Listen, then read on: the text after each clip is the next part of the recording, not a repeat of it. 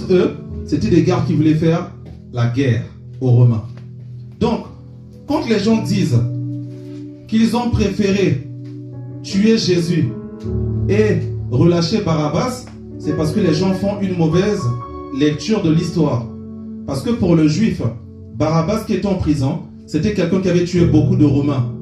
Et les juifs avaient toujours conçu le Messie comme étant quelqu'un de physique qui viendra éliminer l'Empire romain.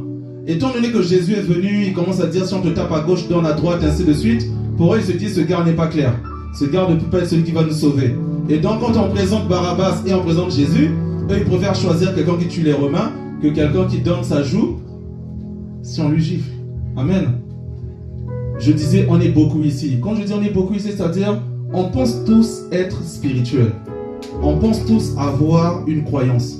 On pense tous connaître déjà Dieu. Et on vient. Et quand tu viens dans cette attitude-là, par rapport à la slide qui venait de passer, tu resteras soit une montagne, soit tu resteras une vallée.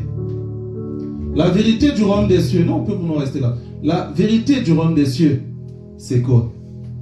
C'est qu'il ne faut pas être comme ça. Vous voyez? C'est le prophète qui parle aux pharisiens. Il dit, vous vous dites, et c'était ça leur langage, nous avons Abraham pour père. Il leur dit, même des pierres. Les pierres là c'est quoi? C'est-à-dire même le païen, même quelqu'un qui n'a jamais entendu parler de Dieu. Dieu peut faire sortir une descendance à Abraham. Toi qui viens avec ton truc de je connais la Bible, moi je marche déjà, moi je connais déjà Dieu, moi je. Tu es frappé par le risque d'aveuglement parce que quand tu vas déjà dans cet état-là, tu ne t'améliores plus. Ce que tu dois faire c'est quoi? C'est que quand tu viens à Jésus, comment je vais dire ça? Littéralement, par rapport à la slide qui vient de passer, littéralement, il faut qu'on ne te reconnaisse plus. Et pour qu'on ne te reconnaisse plus, ne viens pas avec « moi je suis fils d'Abraham ». Repars à zéro. Au jour d'aujourd'hui, en cet instant, quelle est ma position devant la parole de Dieu? Je ne te parle pas de ce que les hommes ont appris. Je ne te parle pas de tout ce que tu as appris au catéchisme. Je te parle de la parole de Dieu. Je te parle de la Bible. Depuis tout à l'heure, je ne mets pas mes pensées. Je ne mets pas mon interprétation. Je me base sur la parole de Dieu. Sache que tu ne peux plus venir devant Dieu avec une attitude telle que il y a des choses que je vais laisser et il y a des choses que je ne vais pas laisser. Quand tu viens à Dieu, c'est pour produire les bons œufs. Ici, il y a quelque chose de très fort au verset 10. La Bible dit que la hache est déjà près de la racine. Bon, ici, ça a été coupé, mais dans le verset, c'est pas coupé. En réalité, on dit que la hache est déjà proche de la racine, prête à couper tout arbre qui ne porte pas de fruits.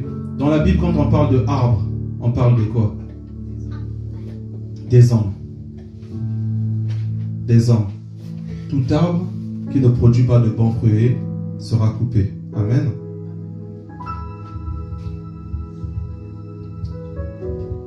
Mon frère, quel type d'arbre es-tu? Quel type d'arbre es-tu? Quel type d'arbre es-tu? Est-ce que tu produis des bons fruits? Est-ce que tu produis des mauvais fruits? That is the question. Pas bon fruit et produit par rapport à ta tête. Sinon moi je peux me croire saint. Et quand je regarde la parole de Dieu, qu'est-ce que je suis pécheur? Qu'est-ce que j'ai encore beaucoup de choses à abandonner?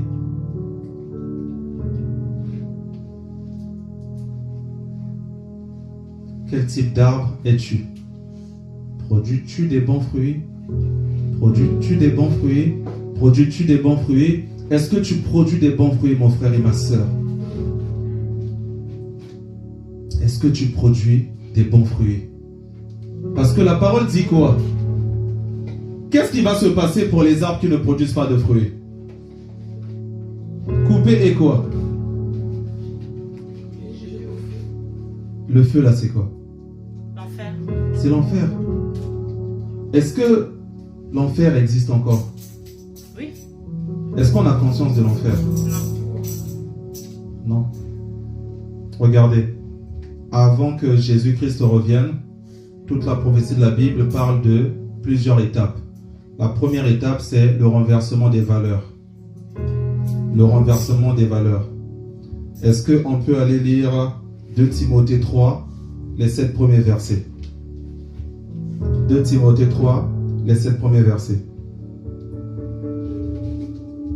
2 Timothée 3. Et nous sommes déjà dans ce renversement de valeur. 2 Timothée 3, les 7 premiers versets.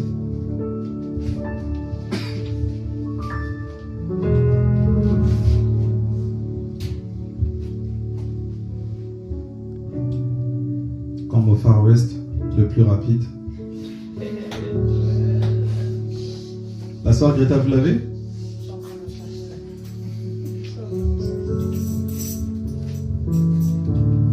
Non, moi c'est la soeur Greta qui est... La personne qui a trouvé dans la soeur Greta. Ok.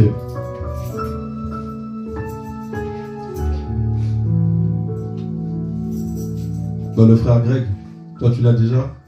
Ok. Sache que dans les derniers jours, il y aura des temps difficiles, car les hommes seront égoïstes, amis de l'argent, vantards, orgueilleux, blasphémateurs, rebelles à leurs parents, ingrats, impies, insensibles, implacables, calomniateurs, violents, cruels, ennemis du bien, traîtres, emportés, aveuglés par l'orgueil, amis du plaisir plutôt que de Dieu. Ils auront l'apparence de la piété, mais renieront ce qui en fait la force. Éloigne-toi de ces gens-là. Certains d'entre eux s'introduisent dans les maisons et prennent dans leurs filets les femmes crédules, chargées de péché, entraînées par toutes sortes de désirs, qui sont toujours en train d'apprendre, mais ne peuvent jamais arriver à la connaissance de la vérité. Amen. Est-ce que ce que vous avez lu là, c'est pas ce qui se passe quasiment aujourd'hui?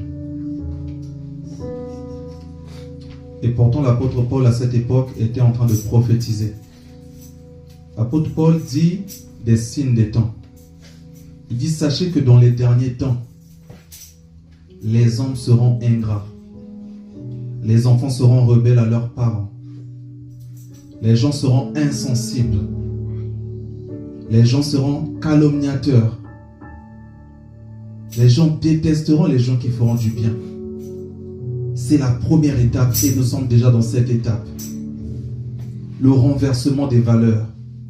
Le croisement, vous savez, ça va dans toutes les disciplines. La théorie du genre,